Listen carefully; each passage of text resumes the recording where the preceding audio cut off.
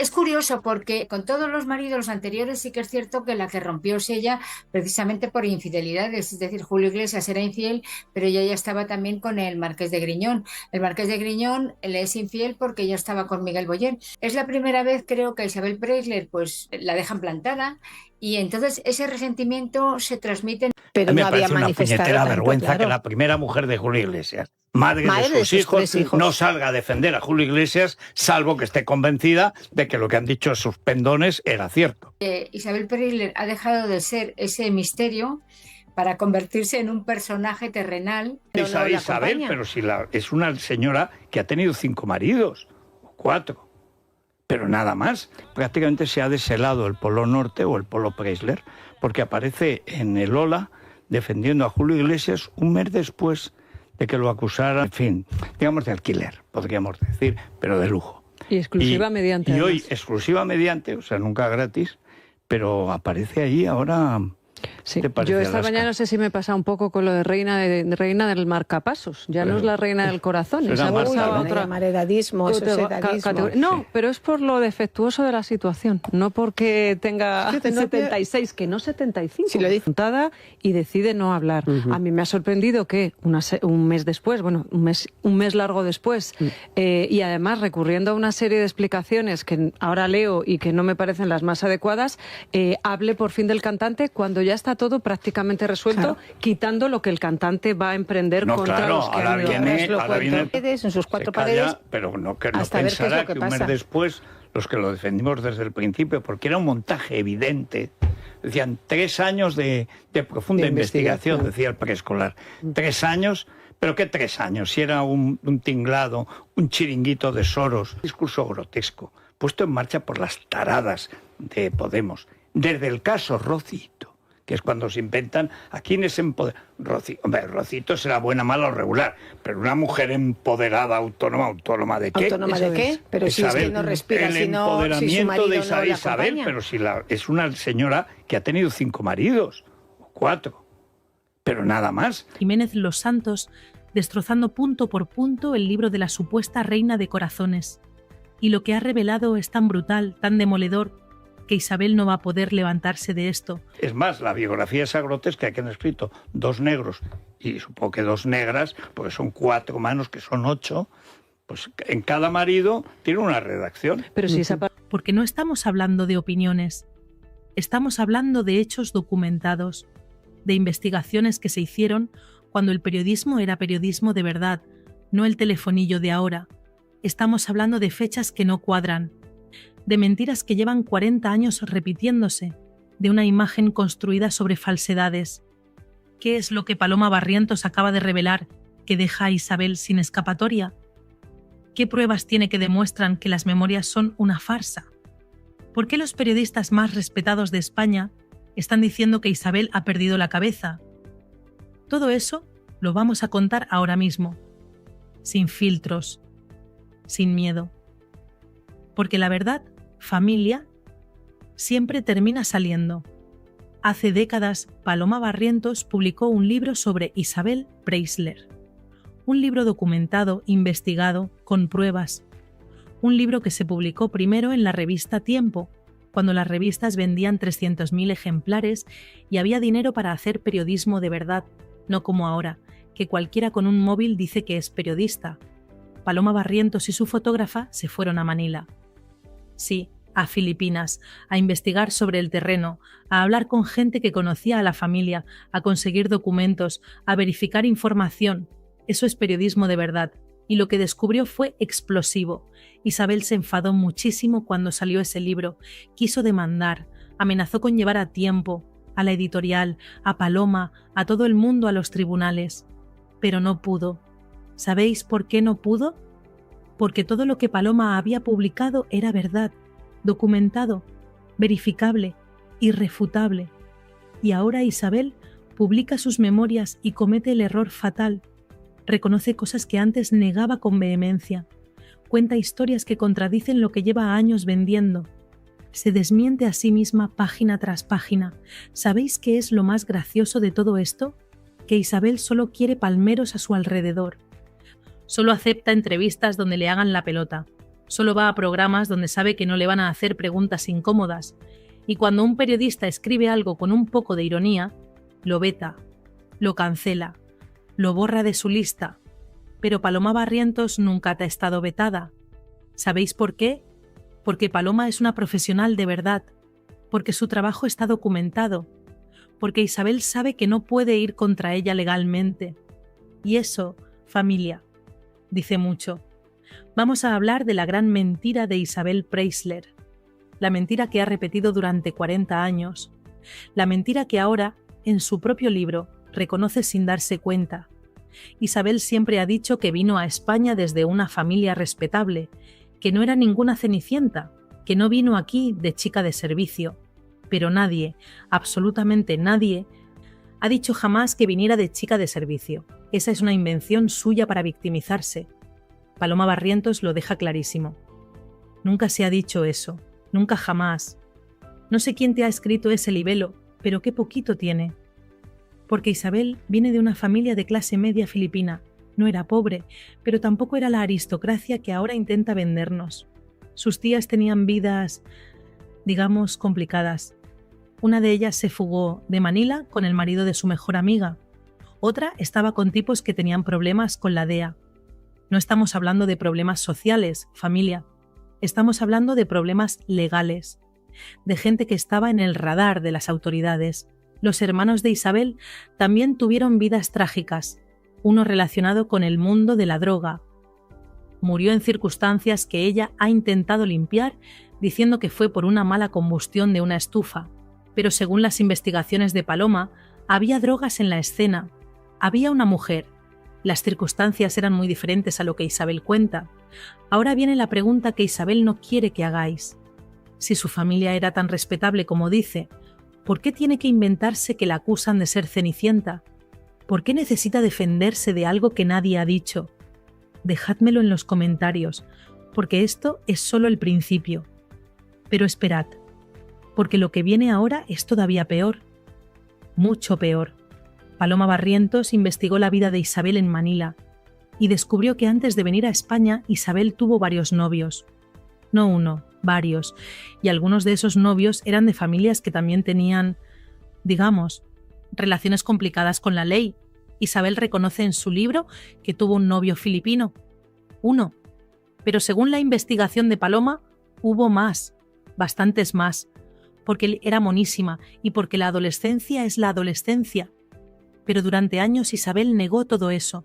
Decía que ese filipino era casi su primer amor, que vino a España huyendo de esa relación. Mentira.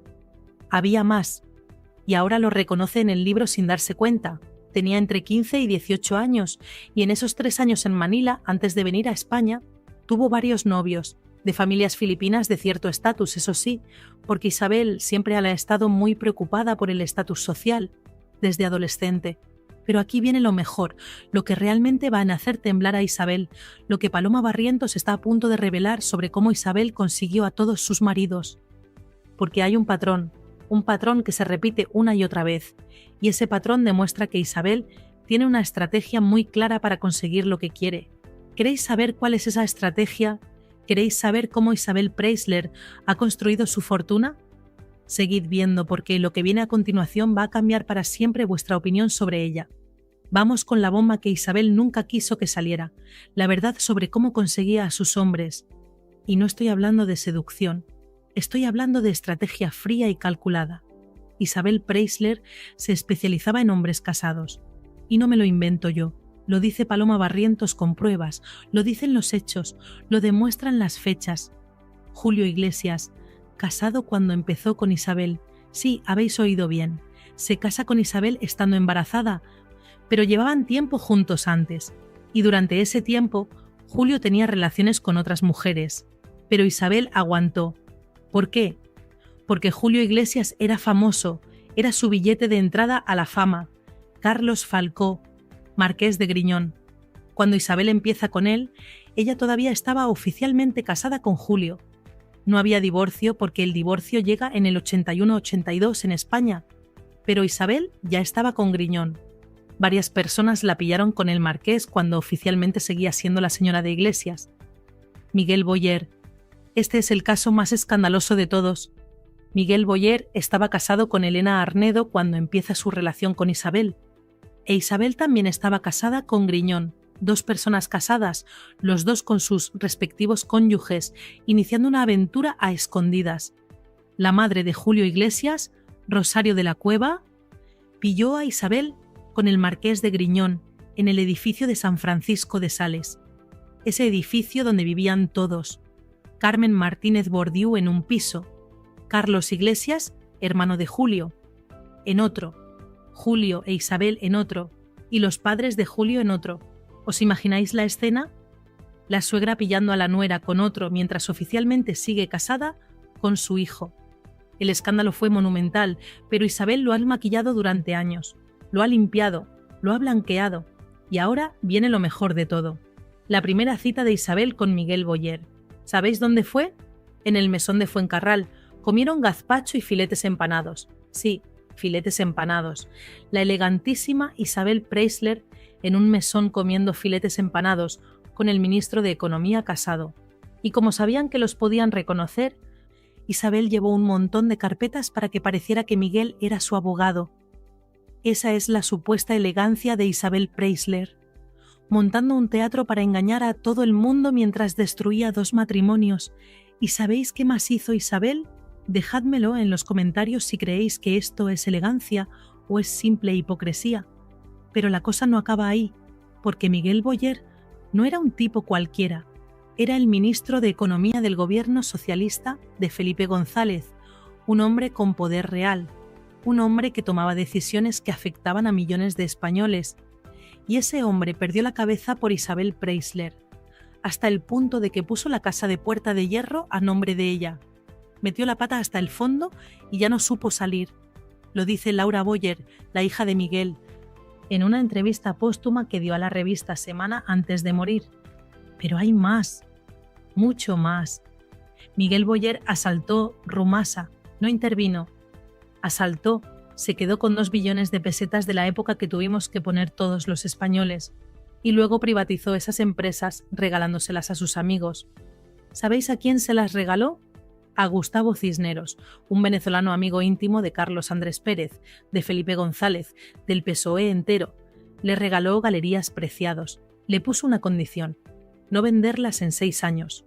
A los 3 años ya las había vendido, incumpliendo la ley, y nadie hizo nada. ¿Y sabéis con quién veraneaba Miguel Boyer ese verano? Con Gustavo Cisneros, en su yate. Y con él estaba Isabel Preisler. Hay fotos, están publicadas en el primer libro de Paloma Barrientos. Fotos de Isabel y Miguel en el yate del hombre al que Boyer acababa de regalar Galerías Preciados con dinero público. Eso es corrupción pura y dura, familia, y Isabel estaba ahí, disfrutando, veraneando con los corruptos, viviendo la gran vida mientras España pagaba la factura. Federico Jiménez. Los Santos lo dijo claramente en el programa. Esto es la madre del cordero del negocio de verdad. Si quieres hacer un libro de historia, hazlo. Y cuenta qué pensabas cuando estaban engañando a la gente con lo de Rumasa. Y resulta que estabas tú en el yate del beneficiario. ¿Dónde está esa elegancia de la que tanto habla Isabel? ¿Dónde está esa moralidad que intenta vender en su libro? Dejádmelo en los comentarios, porque esto cada vez huele peor. Pero lo peor de todo no es la corrupción. Lo peor es lo que Isabel le hizo a los hijos de Miguel Boyer. Porque Miguel Boyer tenía 2 hijos de su matrimonio con Elena Arnedo, Laura y su hermano, y esos niños adoraban a su padre, pero cuando Miguel se fue con Isabel, todo cambió. Laura Boyer dio una entrevista antes de morir donde cuenta el infierno que vivió. Dice textualmente que Isabel fue la persona que le impidió estar con su padre.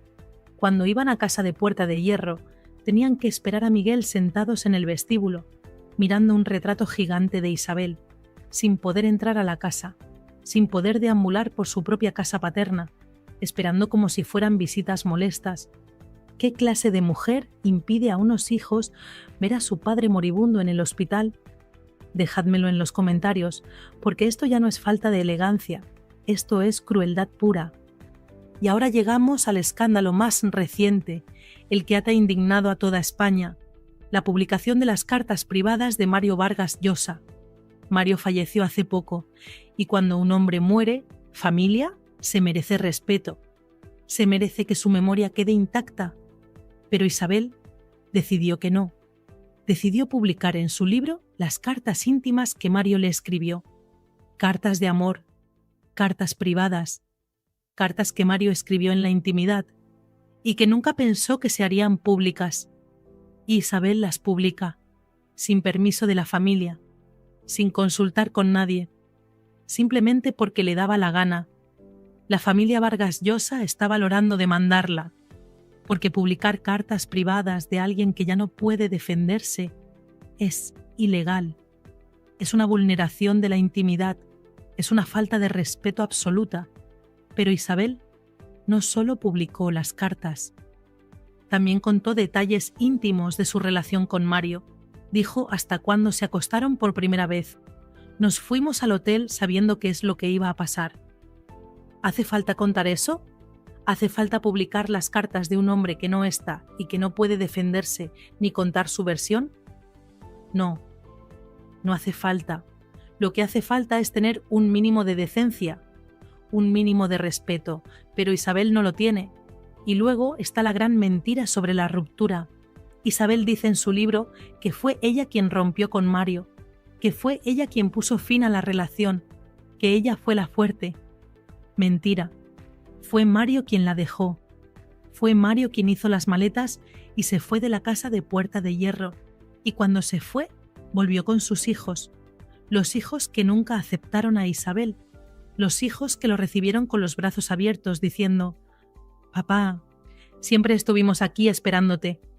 Isabel manipula la realidad. Presenta una carta de ruptura como si ella hubiera sido quien terminó. Pero los hechos dicen otra cosa. Mario la dejó. Mario volvió con su familia. Y Mario fue más feliz después de dejarla. Vamos a hablar ahora del funeral de Miguel Boyer, porque ese funeral resume perfectamente quién es Isabel Preisler. Miguel murió en 2014 y en su funeral estaban sus hijos. Laura Boyer, destrozada, apenas podía mantenerse en pie. Tamara Falcó la sujetaba para que no se cayera. Y en medio de todo ese dolor, Isabel apareció y enganchó al hijo de Laura Boyer para salir en la foto cogida de su mano, como si fuera la gran familia unida, como si ella hubiera sido siempre una madrastra maravillosa. Pero Laura Boyer cuenta otra historia. Cuenta que Isabel solo la cogió para la foto, que después de ese día nunca más volvió a saber de ella, que fue todo teatro, todo montaje mediático, porque eso es lo que hace Isabel. Monta escenas para las cámaras, construye imágenes que no se corresponden con la realidad, y luego vende esas imágenes como si fueran su vida.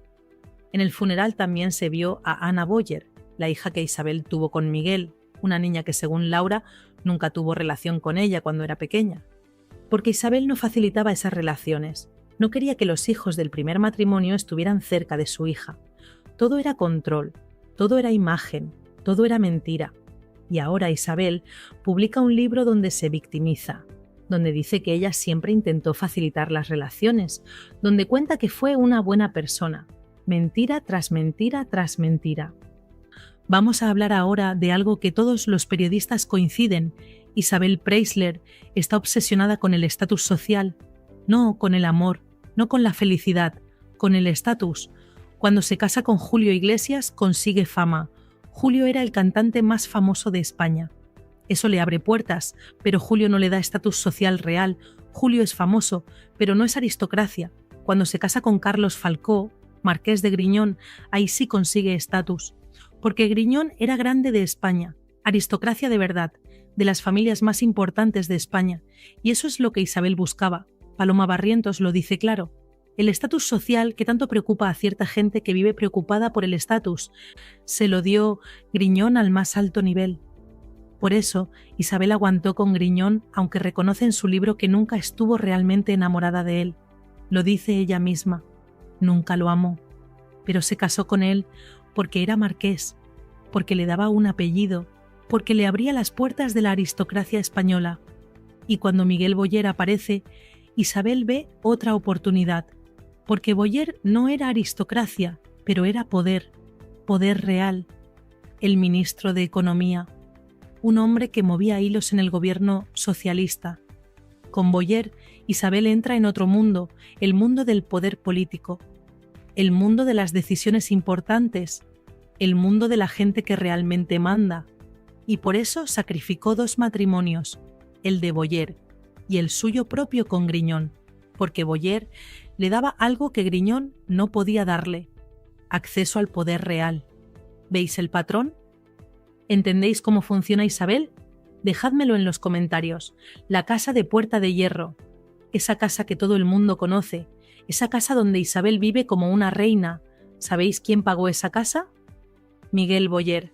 Y no solo eso, la puso a nombre de Isabel. Hubo una entrevista histórica donde Miguel Boyer enseñó la casa a una periodista, Natibel Preciado, y Boyer, como un pardillo enamorado, enseñaba cada detalle.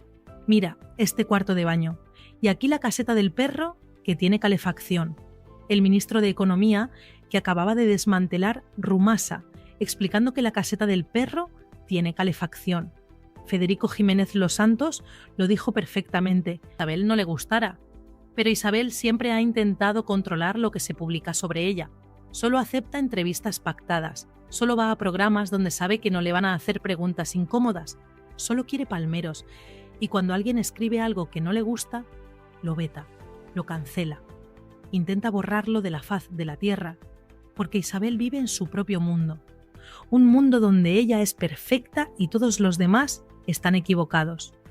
Paloma Barrientos cuenta una anécdota que resume perfectamente cómo Isabel manipulaba a sus parejas. Es el cumpleaños de Mario Vargas Llosa, 80 años. Un evento importantísimo. Están todos los intelectuales de España, todos los amigos de Mario, y de repente Mario se levanta para dar un discurso y dice algo que dejó a todos horrorizados. Por fin he encontrado lo que significa la palabra felicidad. La felicidad tiene nombre. Isabel Preisler. Paloma estaba al lado de Maite Rico, otra periodista, y se miraban diciendo: «Lo va a decir, lo va a decir». Y lo dijo, delante de todo el mundo, como si Isabel fuera la única mujer que le había hecho feliz en su vida. ¿Y sabéis lo peor? Que su mujer, Patricia, la madre de sus hijos, estaba ahí escuchando, humillada públicamente, viendo cómo su marido la dejaba por Isabel y encima lo proclamaba delante de todos. Mario se comportó como un imbécil enamorado, como un hombre que había perdido completamente la cabeza, y todo por Isabel. Pero Federico Jiménez Los Santos lo dijo perfecto. Vale, enchóchate, pero no lo digas. Tienes una mujer a la que has dejado tirada. Tienes unos hijos que están sufriendo, cállatelo. Pero Mario no se calló, porque Isabel tenía ese poder sobre él, el poder de hacerle perder la dignidad, el poder de convertirlo en su marioneta. Y ahora Isabel, después de su muerte, publica sus cartas íntimas, la elegantísima Isabel Preisler. Toma ya. Y hablando de dignidad, hablemos de Patricia Llosa, la mujer legítima de Mario Vargas Llosa, la madre de sus hijos, la mujer que aguantó durante años las infidelidades de Mario. Porque hay que decirlo claro, Mario Vargas Llosa era un mujeriego, le gustaban las mujeres y tenía aventuras constantes. Patricia lo sabía, los hijos lo sabían, todo el mundo lo sabía. Pero Patricia aguantó. ¿Por qué? Porque era su familia, porque eran sus hijos, porque creía que mantener la familia unida era más importante que el orgullo. Igual que la reina Sofía aguantó las infidelidades de Juan Carlos, porque hay mujeres que entienden que hay cosas más importantes que el ego personal.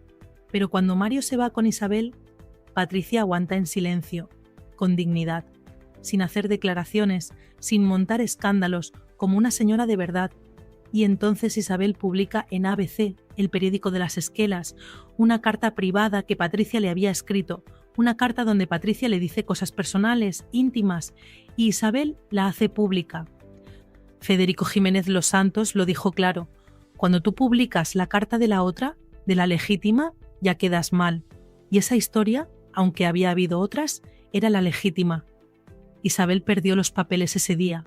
Demostró que no tiene ni un gramo de elegancia, que todo es fachada, que cuando se siente atacada saca las garras y no le importa a quién destroza. Pero vamos a relajarnos un momento y vamos a hablar de cosas más livianas, como la relación de Isabel con Julio Iglesias, porque ahí hay anécdotas que tienen su gracia. Resulta que la primera vez que Isabel y Miguel Boyer quedan, van al mesón de Fuencarral. Sí, habéis oído bien. el mesón de Fuencarral, un sitio normalito donde comen gazpacho y filetes empanados. Filete empanado, familia. La elegantísima Isabel Preisler comiendo filete empanado. No San Jacobo. No haute cuisine francesa, filete empanado del mesón. Me pregunto si también pidieron pan con tomate y cerveza de barril. Y como sabían que los podían pillar, Isabel llevó un montón de carpetas para que pareciera que Miguel era su abogado.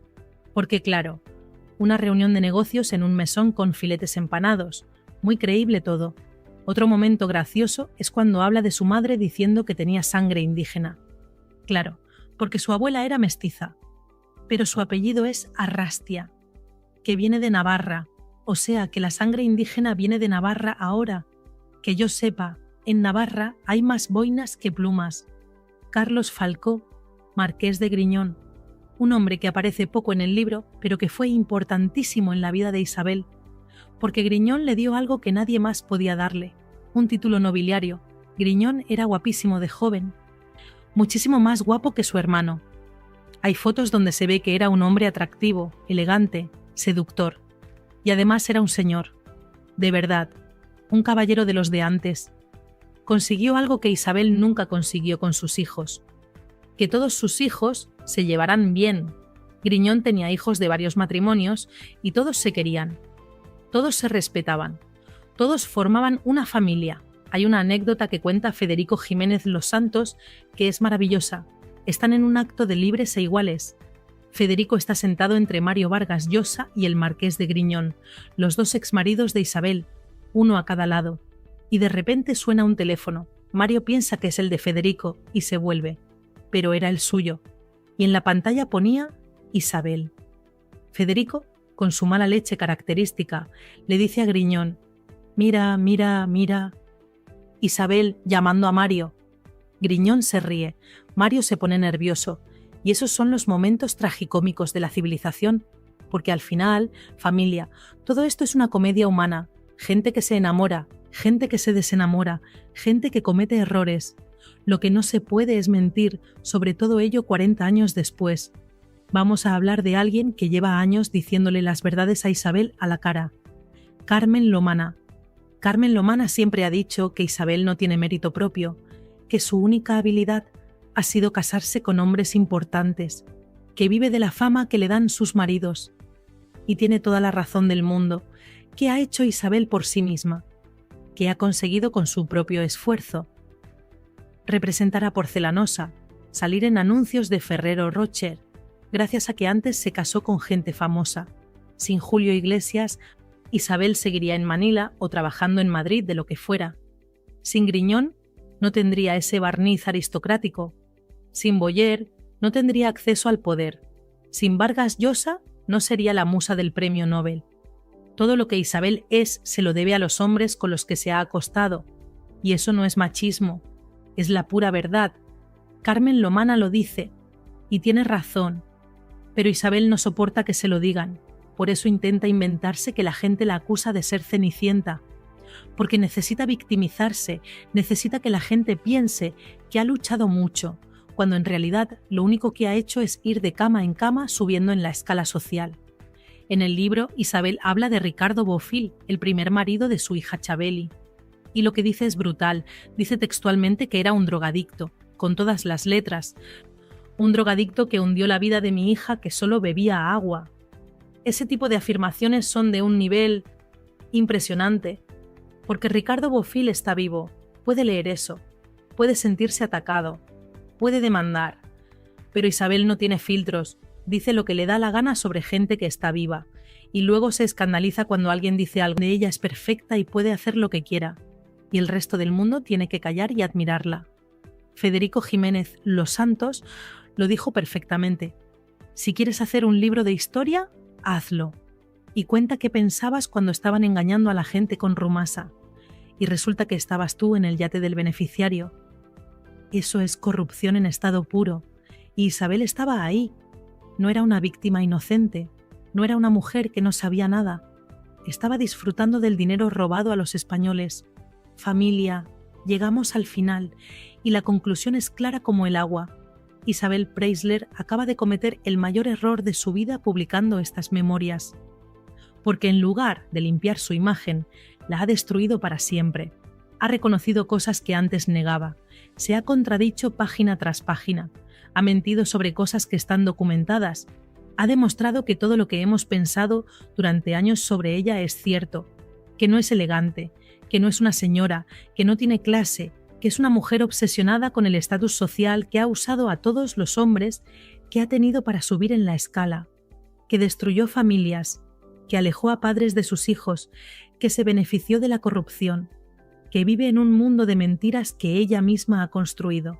Pero no había manifestado una puñetera tanto, vergüenza, claro, que la primera mujer de Julio Iglesias, madre de sus hijos, no salga a defender a Julio Iglesias, salvo que esté convencida de que lo que han dicho sus pendones era cierto.